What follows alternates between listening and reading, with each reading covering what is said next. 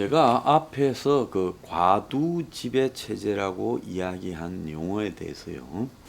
자, 정치 용어인데요. 과거에 그 로마 시대 때도 과두정이라고 있었습니다. 그래서 한 명이 끌고 가기에는 힘이 들고 한 서너 명, 너댓 명이 나누어서 끌고 가는 집단 지도 부분을 과두지배라 해요.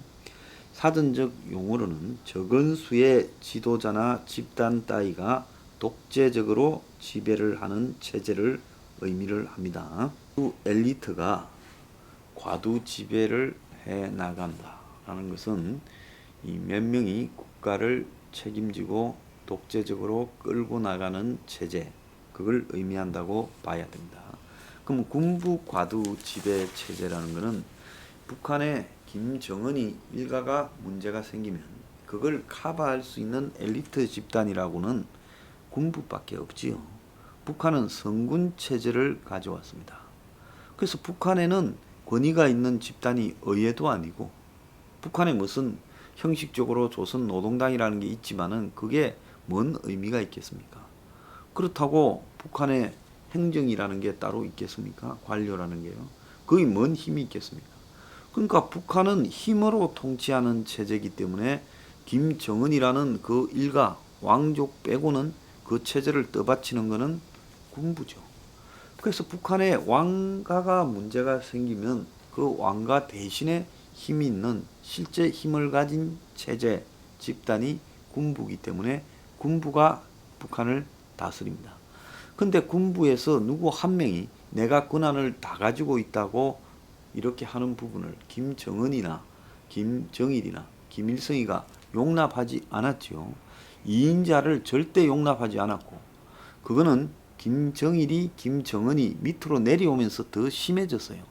그러니까 누구 한 명이 내가 그러면 잡고 간다라고 할 행편도 안 돼요. 그렇게 하면 자기들끼리 이제 싸움이 나요. 뭐? 내가 힘이 있는데 하고 군대를 끌고 가가지고 서로 자기들끼리 싸우는. 그래서 영화 강철비 같은 경우에도 보면 북한 내부에 강원 군부들끼리 싸움이 벌어지는 그런 내용을 옛날에 담고 있었지 않습니까? 그러니까 북한 내부의 군부 충돌이 일어나지 않으려면 북한의 군부 실세들 몇 명이 서로 타협을 하고 나눠 맡아서 끌고 가고, 그 상징적인 존재로서 왕가의 김여정이를 잠깐 이렇게 이름 빌려서 앞에 세워놓는다. 근데 그 김여정은 군부 체제에 얹혀 있는 꼭두가시에 불과하지, 실제로 김여정이한테 김정은이나 그 아버지, 할아버지 때와 같은 힘이 실릴 거라고는 생각하지 않습니다. 왜? 북한은 철저하게 힘의 사회인데, 힘의 사회의 속성은 그야말로 마초적 가부장이 힘이잖아요. 근데 거기에 여자가, 그것도 30대 초반이 군부를 장악해서 60, 70대 영감들을 다스린다? 그럼 불가능하다고 보고 있습니다. 한국의 국정원은 이 후계자가 정해진 것은 아니다라고 하지만은 김정은의 친동생이자 그를 보좌해온 김여정에게 사실상 권한을 간판은 넘겨주고 실제로는 밑에서 좌지우지하는 그런 체제로 간 걸로 보이는데요.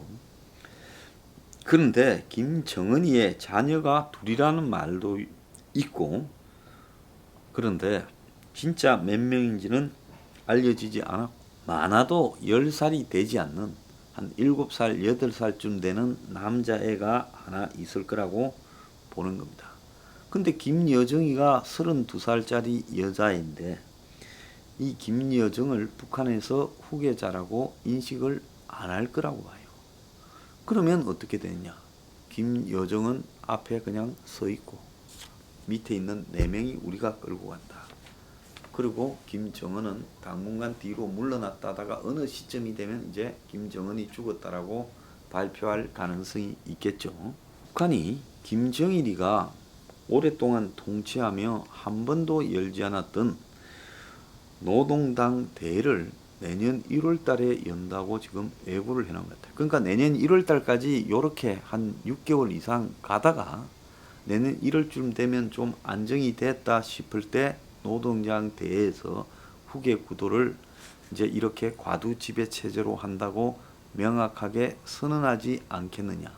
지금 그래 보여요. 근데 북한뿐 아니라 과거 소련에서도 스탈린이 죽었을 때 혼란이 있었고 또 브레즈네프가 죽었을 때도 굉장히 혼란이 있었습니다.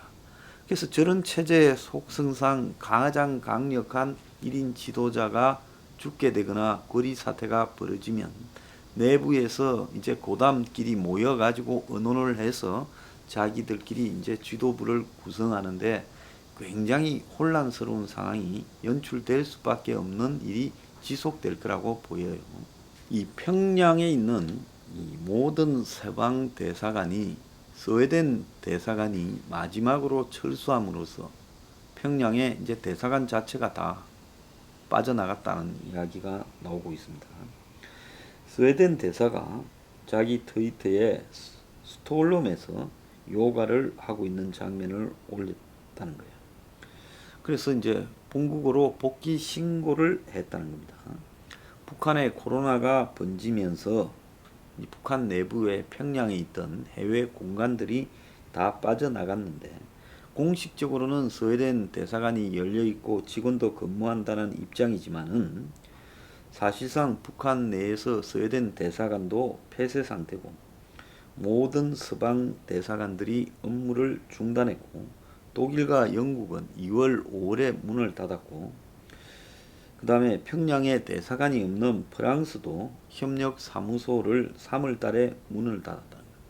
왜냐하면 지금 코로나로 인해 가지고 대사관을 운영할 물자 조달이나 이동 자체가 어려워져서 그 안에서 생존이 쉽지가 않은 상황이라 이렇게 된 모양이에요. 자, 스웨덴 대사관은 미국을 대신해서 북한에 대한 중재 역할까지도 해왔는데 그래서 서방 국가의 최후의 보루로 인식되어 왔어요. 그래서 스웨덴도 독일하고 영국이 철수했을 때 우리는 끝까지 북한에 있어야 된다 했는데 끝내 이제 철수를 해버렸어요. 그래서 북한이 지금 대사관, 해외 대사관들도 다 빠져나가는 부분인데 이게 딱히 코로나 때문에 그런 것이냐, 북한 내부에 벌어지고 있는 이상 상황 때문에 해외 대사관들이 빠져나오는 것 아니냐, 지금 그런 측면도 봐야 될 거라 봅니다. 자, 북한의 경제가 지금 얼마나 어려운가 하면 중간에 무역액이 67%가 줄어들었어요. 그러니까 3분의 1만 남았다는 겁니다.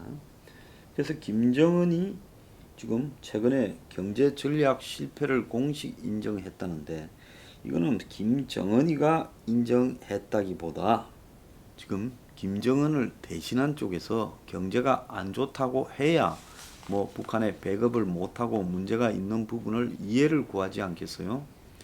김정은이가 만약에 살아있다면 이걸 절대 인정하지 않지요. 그건 자신의 통치력에 훼손이 오는 부분입니다.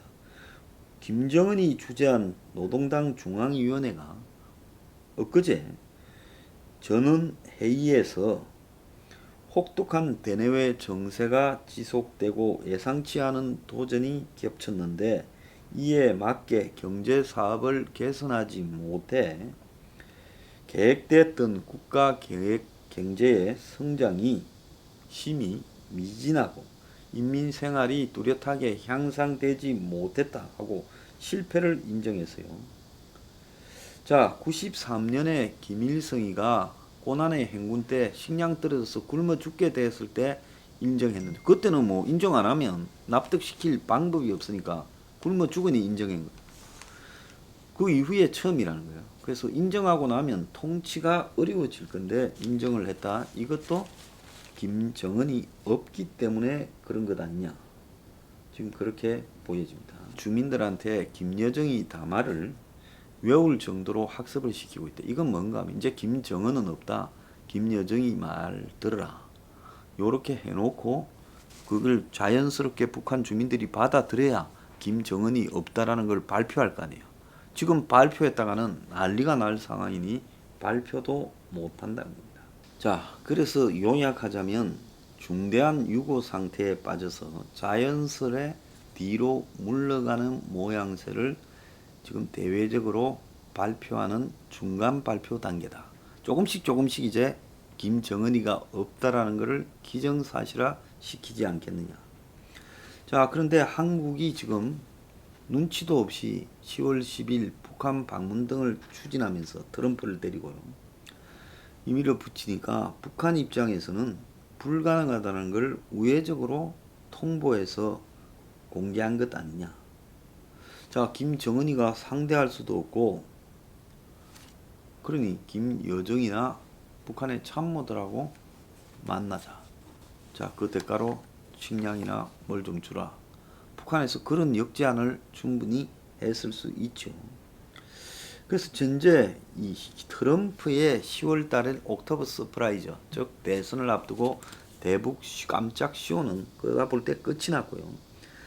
남측은 이제 북한의 또 다른 쇼를 이제 준비해야 될 건데, 김정은이가 없다면 쇼 비용이 적게 들어갈 수 있다라고 생각할 거라 봅니다. 그래서 현재 북한을 움직이는 실체는 최용해 아니면 김영철 둘 중에 하나고, 김여정은 얼굴마다입니다. 그래서 지난번에 개성연락사무소 폭파 쇼도 결국 김정은이 부재하니까 그 상황을 이제 뭐라고 할까요? 자기들은 알잖아요. 그러니까 앞으로 남측이나 미국에 대해서 겁을 좀 잔뜩 줘놔야 저 사람들이 김정은이 없다고 우리를 무시하지 못할 거다라는 그런 심리에서 과장되게 표현하기 위한 오버 액션을 한 거 아니냐. 그래서 당분간은 미국하고의 비핵화 협상에 나서지 않을 거라 봐요. 왜? 과두지배 체제에서 누군가 나서서 그걸 책임지고 하다가 일이 잘못되면 제거되지 않겠습니까? 그러니까 어차피 결론이 좋게 나오지 않을 부분에 누구도 나서지 않기 때문에 결국 지지부진한 상황이 지속되지 않을까, 이렇게 보고요. 식량이나 뭐 의약품 같은 것들이 시급하긴 하겠지만은, 그렇다고 북한 체제가 안정되기 전에 남을 끌어들이는 것도 문제라고 생각하기 때문에 내년 1월까지는 어려워도 자기들끼리 버티고 중국의 지원으로 견뎌 나가지 않겠나. 내년 1월에 북한 조선노동당 대회에서 김정은이 유고를 확인하고, 그리고 거기에서 자신들끼리의 체제를 대외적으로 선포하고, 그 다음에서야 뭐 미국이든 남측이든 상대하지 않겠나, 이런 생각이 듭니다.